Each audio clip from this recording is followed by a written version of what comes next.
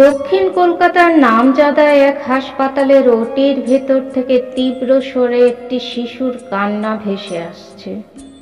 ওটির বাইরে চিন্তিত মুখে অপেক্ষারত শিশুটির বাবা শুভ্র ব্যানার্জি। প্রথম সন্তান, তাই দুশ্চিন্তার রেখা ফুটে উঠেছে তার কপালে। ওটির দরজা খুলে ছোট্ট একটা তোয়ালে মোড়ে বাইরে এসে দাঁড়ালো দুজন নার্স। শুভ্র ছুটে গেল কাছে, জিজ্ঞাসু দৃষ্টিতে চেয়ে রইল নার্সের দিকে। মুখ চাওয়াচাওয়ি করতে করতে একজন বলে উঠল, সরি মিস্টার ব্যানার্জি, একটা ট্রান্সজেন্ডার শিশুর জন্ম দিয়েছে আপনার ওয়াইফ। শিশুটির দিকে একটিবার মাত্র চেয়ে ঘৃণায় কুঁচকে উঠে শুভ্রর মুখখানা। শুভ্রর বাড়ির লোক, অপর্ণার বাড়ির লোক কেউই কোলে নিতে এগিয়ে আসে না শিশুটিকে। শুভ্র ছিটকে সরে যায় শিশুটির সামনে থেকে, বাকিরাও সরে যায়। নার্সটি শিশুটিকে কোলে নিয়ে ওটির দরজায় দাঁড়িয়ে থাকে। জন্মের কয়েক মিনিটের মধ্যেই শিশুটি ভ্রাতৃত্বের পরিচয় লাভ করে। অপর্ণাকে বেডে দেওয়া হয়েছে। শুভ্র অপর্ণার পাশে গিয়ে দাঁড়ায়। অপর্ণা স্থির দৃষ্টিতে চেয়ে রয়েছে কাচের জানলার দিকে। শুভ্রর অস্বস্তি টের পায় সে। বলে, ওর খিদে পায়নি? ওরা ওকে আমার কাছে আনলো না তো? গম্ভীর স্বর ফুটে ওঠে শুভ্রর গলায়। বলে, ওকে তুমি ভুলে যাও অপর্ণা, ওকে আমরা নিজের পরিচয় দিতে পারবো না। কেন? এতে ওর কি দোষ শুভ্র? ও তো আমাদেরই সন্তান। হোক, তবুও পারবো না। অপেক্ষা করব সুস্থ স্বাভাবিক বাচ্চা জন্মানোর জন্য। তুমি ওকে নিয়ে আর ভেবো না। ডক্টর রায়ের কেবিনে ঢুকে শুভ্র। ডক্টর রায় বললেন, আপনি আমাকে শুধু শুধু অ্যাকিউজ করছেন। এটা একটা জেনেটিক ডিসঅর্ডার। এতগুলো ইউএসজি করলেন, একবারও বুঝতে পারলেন না? সত্যি বোঝা যায়নি mister Banerjee. I am sorry. আমি, আমার ওয়াইফ, আমার পুরো ফ্যামিলি আজ কতটা ইনসাল্টেড হলাম আপনার কোনো আইডিয়া নেই ডক্টর। কিভাবে বলবো বলুন তো লোককে যে আমরা দুজন একটা ট্রান্সজেন্ডারকে জন্ম দিয়েছি? I can understand mister Banerjee. না, কিচ্ছু বুঝতে পারছেন না আপনি। শুনুন, ওকে আমার ওয়াইফের কাছে প্লিজ আনবেন না, আর ওদের হোমে ওকে পাঠানোর ব্যবস্থা করুন যত তাড়াতাড়ি সম্ভব। শিশুটি যে জন্মেই সকলের দুশ্চিন্তা এবং বিরক্তির প্রত্যক্ষ কারণ হয়ে উঠেছিল, সে কথা শিশুটি না বুঝলেও নার্সটি বিলক্ষণ বুঝেছিল। বিবাহিত সে, কিন্তু নিঃসন্তান। অনেক চেষ্টা করেও গর্ভধারণ সম্ভব হয়নি তার। এই কয়েক ঘন্টার মধ্যে শিশুটি যেন মায়ার বাঁধনে জড়িয়ে ফেলেছে তাকে। বড় বড় চোখে অপার বিস্ময় মাখা, ভারী আদুরে তার দৃষ্টি। ফোনটা নিয়ে স্বামীর নম্বর ডায়াল করে সে। রিং হচ্ছে। হ্যালো, শোনো না, একটা কথা ছিল। বলো, এক্ষুনি ক্লাসে ঢুকবো। বলছিলাম, ট্রান্সজেন্ডার শিশুদের কি তুমি ঘৃণা করো? কেন? ঘৃণা করব কেন? কোনো শিশুকেই আমি ঘৃণা করি না। যদি এরকম কেউ তোমাকে বাবা ডাকে, খারাপ লাগবে তোমার? কি হয়েছে, খুলে বলবে? ঘটনাটা সংক্ষেপে বলে অঙ্কিতা নামের নার্স মেয়েটি। সব শুনে আবির বলে, আমি আছি তোমার পাশে। এই রকম একটা দৃপ্ত পদক্ষেপে তোমার পাশে থাকবো না আমি ভাবতেই পারি না। ফর্মালিটিস কি আছে জেনে আমায় জানিও। অঙ্কিতার স্বামী আবির কলকাতার একটি নামী কলেজের অধ্যাপক। অন্ধকার কাটিয়ে আলোয় ফেরার কাণ্ডারি সে। ফলে ইচ্ছে পূরণ হয় অঙ্কিতার, মা হয় সে। কয়েকদিনের মধ্যেই সমস্ত লিগ্যাল ফর্মালিটিস পেরিয়ে ছোট্ট ঋদ্ধিকে সাথে নিয়ে নিজেদের বাড়ি ঢুকলো দুজন। দক্ষিণ কলকাতায় নিজস্ব ফ্ল্যাট দুজনের, এখন থেকে 3 জনের। আবিরের বাবা মা দুর্গাপুর থেকে উদ্বিগ্ন হয়ে ফোন করেন, বাবু এ তোরা কি করলি? একটাবার আমাদের সম্মানের কথা ভাবলি না? ভুল তো কিছু করিনি আমরা, উত্তর দেয় আবির। উত্তর কলকাতা থেকে ছুটে এসেছিলেন অঙ্কিতার বাবা মা, বলেছিলেন এর চেয়ে অনাথ আশ্রম থেকে একটা বাচ্চা দত্তক নিতে পারতিস, সুস্থ স্বাভাবিক বাচ্চা। একে নিয়ে কি করবি তোরা? অঙ্কিতা উত্তর দিয়েছে, মানুষ করব। আর তোমাদের কে বলল যে ও সুস্থ বাচ্চা নয়? স্বাভাবিকভাবে দুই পক্ষই দূরত্ব বেছে নিয়েছিল। নাতি অথবা নাতনি নয়, যে এসেছিল তার পরিচয় কি হবে সেই প্রশ্নের উত্তর নিজেরাও পাননি, আর অন্য কেউ দিতে পারেননি। তাই দূরত্বই শ্রেয় বলে মনে করেছেন। প্রথম দিকে একজন মহিলা রাখে ওরা। প্রথম দিনই নেপি খুলতেই ছিটকে সরে এসেছিল সে কয়েক পা। বিস্ময়ে হতভম্ব হয়ে অঙ্কিতার দিকে তাকিয়ে বলে, ও বৌদি, এ তোমার বাচ্চা? এসব বাচ্চা তো শুনেছি ওরাই নিয়ে যায় গো, একে তুমি ঘরে রাখছো কেন? বিছানা থেকে ঋদ্ধিকে নিজের কোলে তুলে নিয়ে বলেছিল, তোমার অসুবিধা আছে কাজটা করতে? তুমি আসতে পারো, একদিনের টাকাটা নিয়ে যেও। হসপিটালে যাওয়ার পথে ট্রাফিকে দুজন বৃহন্নলা চোখে পড়ত অঙ্কিতার।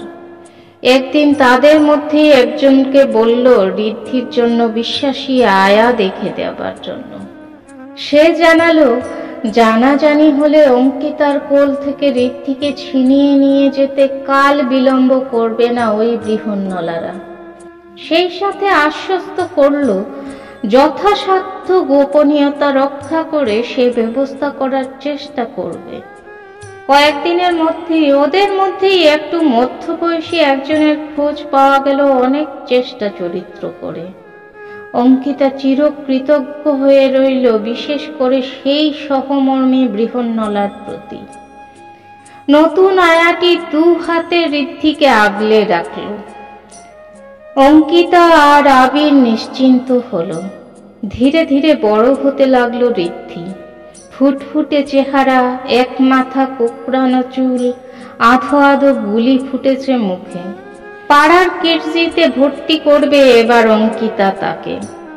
দেখা গেল ফর্মে সেক্সের জায়গায় আদার কথাটা লেখা নেই। প্রিন্সিপালের সাথে দেখা করলো অঙ্কিতা। আবির তখন সেমিনারে বাইরে। দীর্ঘ তর্ক বিতর্ক যুক্তির কাঁটাতার পেরিয়ে ঋদ্ধি ভর্তি হলো স্কুলে। সেই শুরু। এরপর বড় স্কুলে ভর্তি হলো একটা সময়। সহজ ছিল না চলার পথ, তবু হার মানেনি অঙ্কিতা। আবির কিছু সময় পাশে ছিল, কিছু সময় হয়তো পারেনি, কিন্তু ঋদ্ধির যে দায়িত্ব অঙ্কিতা নিজের হাতে তুলে নিয়েছিল তার থেকে কখনো সে পিছিয়ে আসেনি। দেখতে দেখতে ঋদ্ধি এখন ক্লাস 8-এর ছাত্র। এখন আমার ক্লাস 10, বয়েজ স্কুলে পড়ি। আমার ক্লাসের অন্য ছেলেদের থেকে আমি যে কিছুটা আলাদা বুঝি। স্কুলের বাকি ছেলেদের থেকেও আমি আলাদা। আমার বাবা নামী কলেজের প্রফেসর, মা নামী হসপিটালের ম্যাট্রন। আমি নিজে পড়াশোনাটা বেশ মন দিয়েই করি, কারণ আমি জানি ওটাই আমার একমাত্র লক্ষ্য। তবু এর পরেও স্কুলে আমার একটাও বন্ধু নেই। প্রতি বছর আমি ক্লাসে সেকেন্ড হই, ফার্স্ট হয় একটি ছেলে। দুজনের নম্বরের তফাৎ থাকে বড় জোর 1 নম্বর বা 2 নম্বর। ঠিক বুঝতে পারি না কোথায় কমে যায় এই নম্বরটুকু প্রতিবার। মা বলে ফার্স্ট সেকেন্ডে কি যায় আসে ঋদ্ধি? যেটা শিখছিস সেটা শেখার মতো করে শেখাটাই আসল। এসব কোনো ব্যাপার নয়। বাস্কেটবল খেলতে দারুণ ভালোবাসি আমি। স্কুলের টিমে আমার পারফরমেন্স দারুণ, তবুও আমি কিন্তু ক্যাপ্টেন নই। কেনর উত্তর এখানেও আমার জানা নেই, তবুও ম্যাচগুলোতে আমিই জেতাই আমার স্কুলকে। আমাদের স্কুলের পাশেই একটা গার্লস স্কুল আছে। আমাদের স্কুলের অনেক ছেলেই এই স্কুলের মেয়েদের সাথে প্রেম টেম করে। আমারও একটি মেয়েকে ভালো লাগে। আমি দূর থেকে শুধু দেখি ওকে, কাছে গিয়ে কথা বলি না। মাকে বলেছিলাম ওর কথা। মা বাবার দিকে তাকিয়েছিল কিছুক্ষণ, বাবা মায়ের দিকে। তারপর আমাকে বলেছিল, নিজেকে তৈরি করো ঋদ্ধি, এমন ভাবে তৈরি করো যাতে শুধু একটা মেয়েই কেন, সারা দুনিয়াটা তোমার সামনে মাথা ঝোঁকাতে বাধ্য হয়। এখন এসব দিকে মন দিও না, নিজের কাজে কনসেন্ট্রেট করো। জানি না কথাগুলোর মধ্যে কি ছিল, কিন্তু নিজের ভেতর অন্যরকম তাগিদ অনুভব করেছিলাম সেদিন। ফাইনালে দারুণ রেজাল্ট উপহার দিলাম আমার স্কুলকে। বোর্ডের পরীক্ষায় বরাবর আমাদের ক্লাসের ফার্স্ট বয় আমার থেকে পিছিয়ে রইল অনেকটাই। স্কুলের মধ্যে প্রথম হলাম আমি, শহরে তৃতীয়। মায়ের কথাগুলো আমাকে ভেতর থেকে প্রতি মুহূর্তে উদ্বুদ্ধ করত, আরো ভালো করতে উৎসাহ দিত। ক্লাস 12 তখন। একদিন টিউশন নিয়ে ফিরছি। আগেই বলেছি আমার কোনো বন্ধু ছিল না, একাই ফিরতাম। হঠাৎ পাশের স্কুলের সেই মেয়েটার সাথে দেখা। আমাকে দেখে হাত নাড়ছিল। দাঁড়িয়ে পড়েছি আমিও। এগিয়ে এলো মেয়েটি। আমি মিশা। তুমি ঋদ্ধি তো? হ্যাঁ। তুমি চেনো আমাকে? চিনি। তোমার মতো ব্রিলিয়ান্ট একজন ছেলেকে চিনব না তা কি হয়? কি জানো তুমি আমার ব্যাপারে? থমকালো মিশা। বলল, না, বেশি কিছু জানি না, তবে তোমাকে নিয়ে অনেক রকম কথা কানে আসে। আমি হাত দুটো বুকের উপর আড়াআড়ি রেখে বললাম, যা কানে আসে সে সব কিন্তু সত্যি।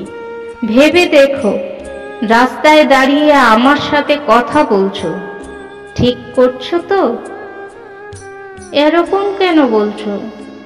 12টা বছর একটা স্কুলে পড়েও একটা বন্ধুও হয়নি আমার। প্রতি বছর 1 নম্বর বা 2 নম্বরের জন্য সেকেন্ড হয়েছি।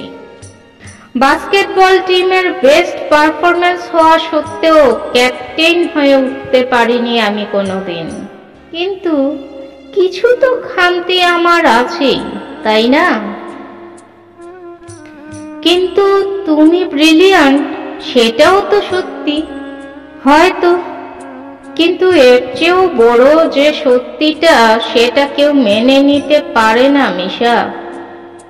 আমার বাবা মা আমাকে অ্যাডপ্ট করেছিল।